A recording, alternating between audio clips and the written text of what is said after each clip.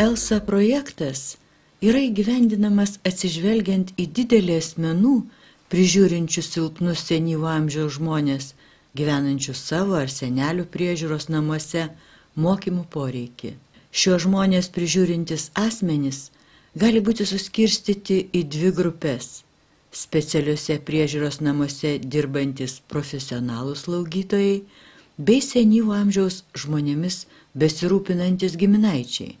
Partneriai projekto metu padarys nuotraukų, sukurs trumpus vaizdo klipus bei surinks senyvo amžiaus žmonės prižiūrinčių asmenų, profesionalių slaugytojų bei giminaičių nuomonės ir patirtį srityse išaiškėjusiuose atliktuose tyrimuose. Surinktos nuotraukos, vaizdo klipai ir tekstai bus sukelti į specialų projekto tinklalapį, kuris bus apipavidalintas ir 2011 metais atidarytas visuomeniniam naudojimui.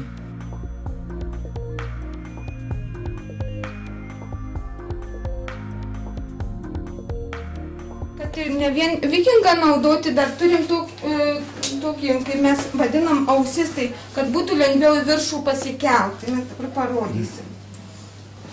Išeikim už aneksą.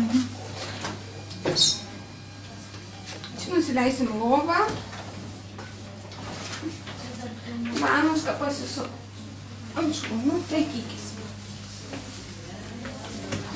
Čia užsikišam, kad mums būtų patogu ją pakelt, nes jinai kaip didesnio antsvorio, tai mums lengviau su jomis pasikelti yra.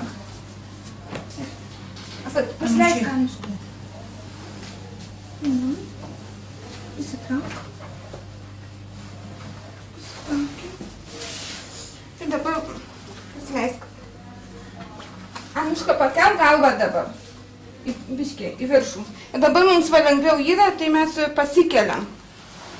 Ir patogiau, kad į viršų. Ir viską. Ir mums dabar patogiau jį pakilnoti.